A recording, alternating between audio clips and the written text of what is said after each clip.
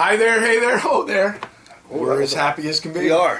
That sounded like a sore throat or a puberty one of the two.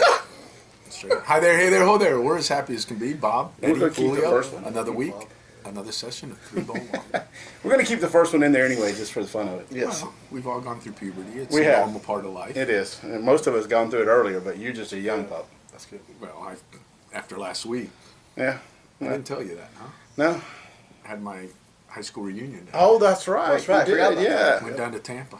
Yeah. I never realized how much younger than the people I went to high school with I was while we were going through high school. Yeah, it's amazing how that happens. You get younger and they get older, right? Well, I haven't gotten younger. I mean, I've gotten older. I'll admit that. But they've gotten way older. They must. Well, I think they were in their late 20s when we were in high school because they've got to be at least 10 years older. Than Some of them might have been. It was Jefferson after all. Wow. Just saying. Burn. It's like, Just saying. Wow. You know what? We went to the football game, and this is just a little plug. Went to the football game on Friday night before the festivities and everything. Had a party on Friday night and everything like that. And pregame ceremony, they honored the baseball team from the spring and presented them with their state championship rings. Nice. kind of cool. Well done. And it was kind of neat. I got to meet the new baseball coach. Who's the new baseball who coach? replaced, he replaced Pop Cuesta, who had been there for 47 years. Wow. My baseball coach. Has still been was there. I was watching cable, and Bright House Networks has Tampa Bay baseball games, and I didn't realize it. And Cox picked it up. This is about 2 years ago, and I'm flipping through the channels, and I see our golden, blue and gold with a cap with a J on it, and I didn't think it was Jefferson. I mean, no way.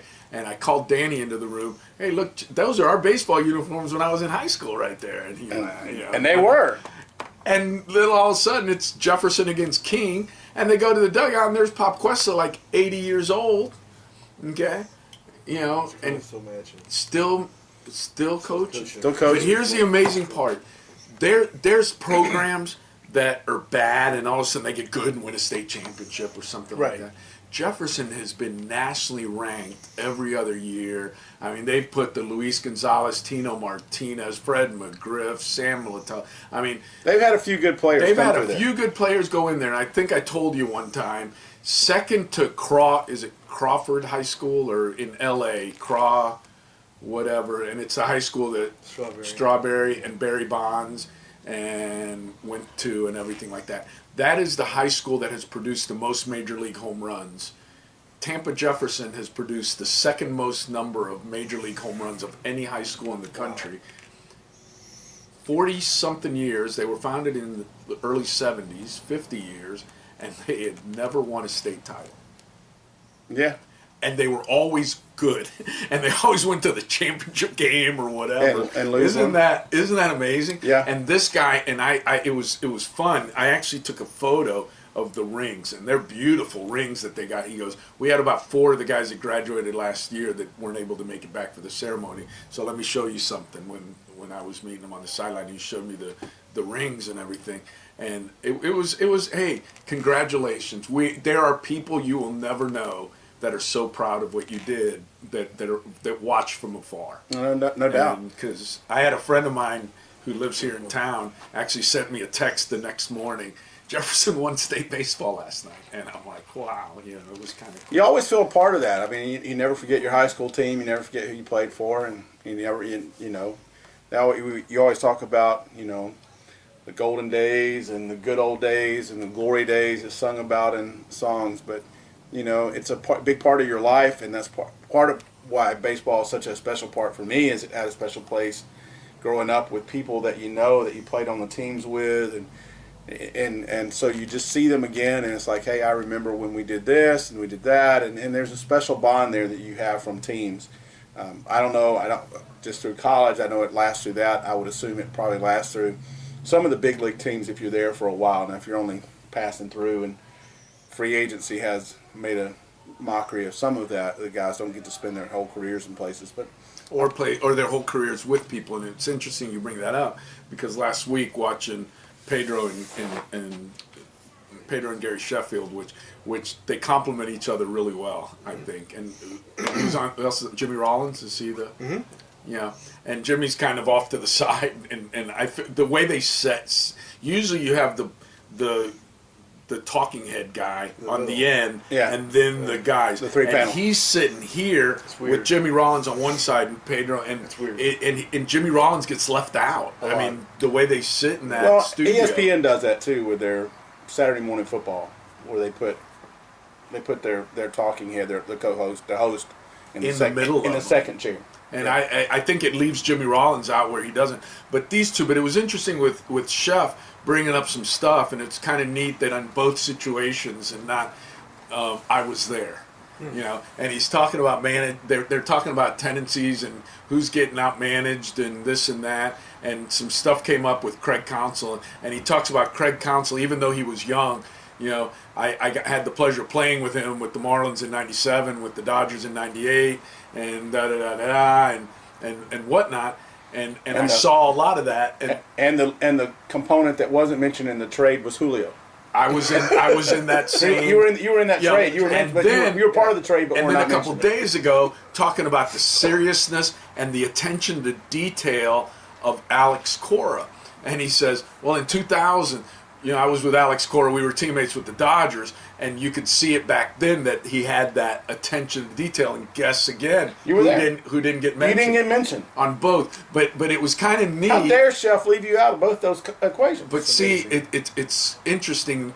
You remember those. Oh, yeah. And you might have played with a zillion people, but the year that so and so played with so and so, he was their teammate that year, and you know him, and he's your teammate for forever. Yeah, and really that's the way. I mean, that's the way it is for most people. I don't know if we told the story before, but my college assistant coach, we talked about him before, Ben Chapman, Yeah. who played with Babe. Babe. And the second year that he went to spring training, he got an autograph signed by Babe and for his son. And we walked in and handed it to him. Said, "Mr. Ruth, will you sign this for my son?" He said, "Sure, kid. What's your name?" He goes, "Ben Chapman. I played center field with you all last year." He goes, "Oh, yeah, you bleeping did." And didn't even know his name all year long. So a little bit different era that we play in these days. But I remember in Ken Burns baseball, they talk about Babe Ruth. I forget who it is, but he said that's what Babe Ruth called everybody. Kid. hey, kid. He didn't know anybody's name. Nah, he didn't. Yeah, it was funny. I said, "Ben, were you offended by that?" He goes, "No, he didn't know anybody's name." So it was like, yeah, Yeah, that's whatever. cool. The Great Bambino. Yeah. Yeah. Ball signed by the Great Bambino. Wish I had one. Gosh, I wish I It had. went over the fence, and Hercules chewed it all up. Yeah, I wish I had one too. Could have had it. You know that 25th anniversary of Sandlot? Sandlot. That's right. Great movie. You know Timmy Timmons? No, I don't know Timmy Timmons. He does. You know Timmy Timmons? Yeah, he bought a pack of cards. Tell him. I bought a pack funny. of baseball cards because I wanted to see what they were like and what they looked like. And of all things, and he's always joking with me because I'm You pretty always lucky. get the good ones. I get lucky. It's sick, yeah. I buy a pack. Actually, I bought 4 packs, and one of the 4 packs, I open it up, and it has an autographed card. An autographed card, which And a blaster pack is very hard to get. okay, got an autographed card. They are doing the 25th anniversary of the Sandlot, and there is a card for different Benny the Jet, and there's even a Hercules card. And there's We looked a it up. girl- The dog. the girl. Oh, and even Peppercorn. What's her name? You know, I don't the remember. lifeguard, Wendy Wendy Wendy. Peppercorn. that Yeah. from the life, you know. So they all have cards and everything. And I got an autographed Timmy Timmons, one of the little kids with the blue and white stripe, brown and yellow striped shirt, and he looks like a little doofball. And whoever the actor is, forgive me because you might be one of our viewers out there. There's 6 of them. It could be one of them. His name, the initials are S. You can see the S. Oh, it's like Shane Olivedetsky or something like that. All right, cool. An autographed Shane Olivedetsky card. Well, we've spent 10 minutes talking about nothing here. This is serious stuff because all those people. Look, you get an autographed card from the 25th. I could have gotten James Earl Jones. I could have gotten a paw print from Hercules. At least Benny the Jet, who played in the big leagues for the Dodgers at the end of the movie. Right, yeah. It was written in the script, though, so it was all preordained, so it was okay. I get Shane Olivedeski. Yeah, well, but you got one. You got one, right? That's my And point. what'd you tell me? It's worth like $20. $30. It's worth Well, $30. dang. That's what I'm saying. That's pretty From good. a pull. You From should, a pull. You should sell it. I think so. I You don't think you think should you don't sell think it. Shane Olivedeski's I don't value think is the going value's up? going up. I think you should sell it now. I think you should sell it right now. Let's see the I'll guy take right it for now. you from 25 today. I'll give you 25. 25? I'll give you 25 for it right now. No There shipping. you go, Shane Olivedeski. You No. save on eBay some outrageous No fees. shipping. That's my luck. I could have gotten. It doesn't Wendy matter. Peppercorn. You could have got. If I'm get someone, Wendy Peppercorn would have been a cool one. You know? But her autograph looks. I told you, it looks like Joe Montana. Oh, you It's just saw- because squiggly he looked line. it up. I looked He it looked up. them It's just all up. squiggly line. I said, could I have gotten At least James? he has James Earl autograph. Jones never signed. I it. didn't see his in there. Yeah. Yeah, he probably didn't. So we've talked nothing, but nothing's going on in baseball. Well, if you're watching ESPN, nothing's going on in Right, baseball. right. But yeah, But if you're watching Fox One and Yeah, TBS, Yes, there's some stuff going there's stuff on. going there's on. stuff going And I on. think right now, Houston, we have a problem. I mean, they're in some They jeopardy. need 3. They got Verlander going tonight. Yep. They can pull within 3-2, and then they're going home. But they Which could is go home basic- tonight. Oh, they are home. They are home, then they right. gotta They're go to Boston. Right, and win 2. right. That'll be tough. The Brewers are going home to win 2. Yeah. The Dodgers won 2 in LA Right. Right. out of the 3. Yep. It's tied The up 2-2, Brewers right? were able. No, it's 3-2. The Dodgers. 3-2 the Dodgers Dodgers. took the lead. Now they go back to Milwaukee, where 2 games. Milwaukee's got 2. I'll tell you what. I am really, really impressed, and I didn't realize it. And sometimes I think Craig Counsell doesn't realize it. Milwaukee Brewers starting pitching is really, really good. Say what? They have some good The pitchers. Brewers starters, or opening pitchers, if you want to call them that, are really good. He pulls them after 5, and it's a shutout game. Dude, Wade all right. Miley after one batter. All right, so Well, but that was Strategy, amazing. right. That was Sorry, Eddie. I'm sorry. No, we talked last week. What was the over/under on the number of? Yeah. It's still not over. We'll figure it out next week. Well, we went Oh, through you got 5 it. games. I got it. Through 5 games, their pitchers have thrown. Their starting pitcher has gone 2.6 of an inning, which doesn't 2 1/3, 2 2/3, 2 2/3 innings.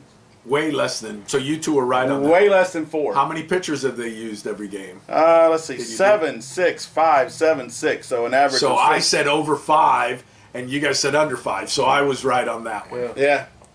I thought we said over, but I don't. No, think, you guys went under 5, but no, you guys were the unders on both. Yeah, we were the unders on both. You took the over.